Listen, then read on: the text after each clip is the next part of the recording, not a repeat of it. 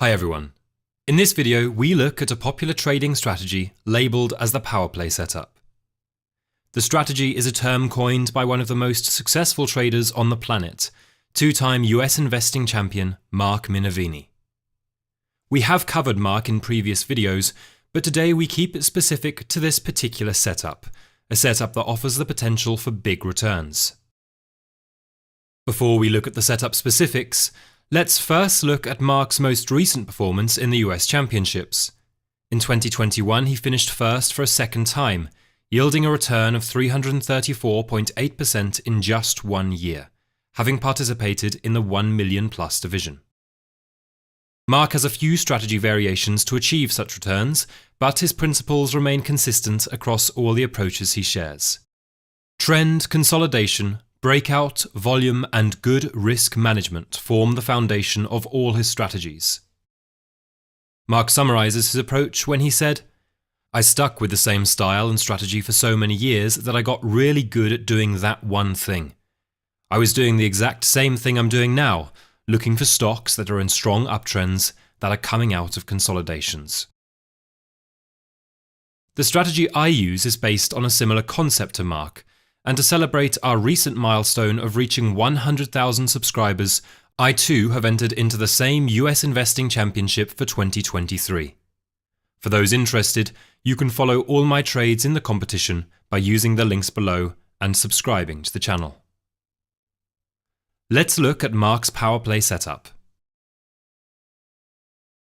The setup has similarities to the high tight flag, popularized by William O'Neill, the man responsible for formulating the can slim trading strategy.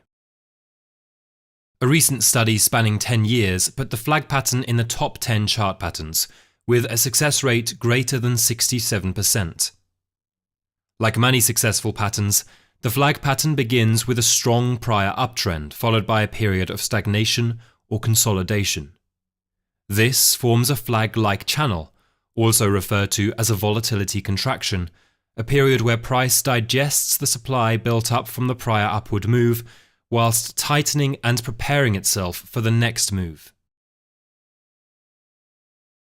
This, of course, is a simplistic example. Let's look at Mark's template for a more practical understanding. The first parameter is the need to have a strong underlying demand for the stock. This demand is easily identified by a strong uptrend in price, and although counterintuitive, the best moves often come after a large rise in price from significant demand. Many investors think that after such a move, prices are overbought and are due a correction, but this is often a classic example of buying high and selling even higher. Astute traders recognize the momentum and take advantage of it. The next requirement is the volatility contraction pattern, which forms after an increase in demand. The pattern can occur in any time frame and will often start with some profit taking, followed by more demand and a return to the high, and then another less pronounced pullback. We see it again here, which provides a series of higher lows, thereby creating a rising support line in the process. We can now clearly see the volatility contraction as price is squeezed under a level of resistance. Just as the price is being squeezed with less volatility, we also want to see volume drying up, which is evident as we reach the end of the pattern. The drying up of volume is a lack of supply and often precedes a pocket pivot, more commonly known as a breakout. It's where the volume and price action become a particular focus. Ideally, the next stage would look like this: a breakout through resistance at the pivot with considerable volume. A breakout without a significant increase in volume should be left alone. A previous video on volume and price action provides a more in-depth discussion on the subject. Having identified the buy point at the break, we now need to consider the stop-loss position. And although there is some subjectivity on its placement, it would likely be placed just below the pivot, perhaps here underneath the wick of the previous candle. We can now determine the risk portion of the position. If we look further out, we can get a feel for the potential. We saw the contraction of volatility through higher lows, a dry up of volume, a breakthrough of resistance with increased volume, and our defined risk. The continuation of demand saw the risk-reward ratio equate to 1:6 on the chart, a promising key metric for any strategy. A volatility contraction can appear in many forms. Some will be short, some longer, and some shallow in a more lateral form. The key word, regardless of our interpretation, is consolidation. We need to see a tightening of price, which effectively acts like a coiled spring, building pressure and acting as a catalyst for the next move. The theory suggests that expansion is followed by contraction and contraction followed by expansion. That's why you will often see these patterns play out in the charts. This contraction offers logical rationale to place a trade with low risk and is the foundation of almost all legendary trader strategies. The hidden component, which I discuss in other videos, is that with a high probability, low risk setup, you can use sensible leverage to really enhance returns, which is exactly how Mark was able to achieve more than a 300% return. Let's look at past traders and their varying approach to the market, although based on the same principles.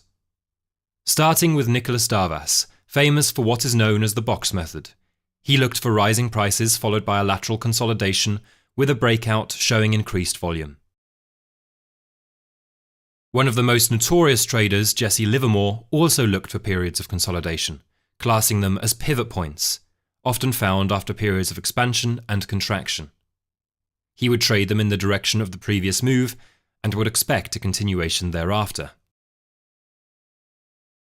Another well-known trader, Dan Zanger, trades the breakout from a basing pattern, with the moving averages in his favour and conviction through increased volume. He also looks for a tight stop loss to allow for the leveraging of returns. A modern era trading millionaire, Christian Kwalamagi, again uses the same principles: prior demand, consolidation, tight stop losses, and support from the moving averages. Three-time US investing champion David Ryan looks for periods of consolidation, using patterns like the cup and handle and volatility contraction patterns within an uptrend. Legend Stan Weinstein analyzes the weekly chart, looking for periods of consolidation, breakouts showing volume, and looking at the moving averages to stay with the trend. Regardless of the trader, the time frame, or even the asset, the principles remain constant. Noticeable demand, a form of consolidation, a breakout of resistance with an increase in volume, and a low-risk entry point to gain a positive risk-reward, whilst all allowing for leveraged returns. Mark recently posted a Dow Jones chart dating back to 1903, highlighting that the theory has been around for more than a century. It shows the same volatility contraction pattern, followed by a breakout on volume, whilst being supported by a moving average. My approach is built on similar theory. I look for lateral consolidation as part of the contraction phase, followed by a breakout. It's a theory I will use in the US Championship. For those interested in looking for setups based on my theory, we have created a bespoke scanner to filter a short list of potential stocks to trade. We can determine the consolidation width and breakout size amongst other aspects. The scanner currently works on the weekly chart only, but we do intend to add daily charts in the future. As always, thanks for watching.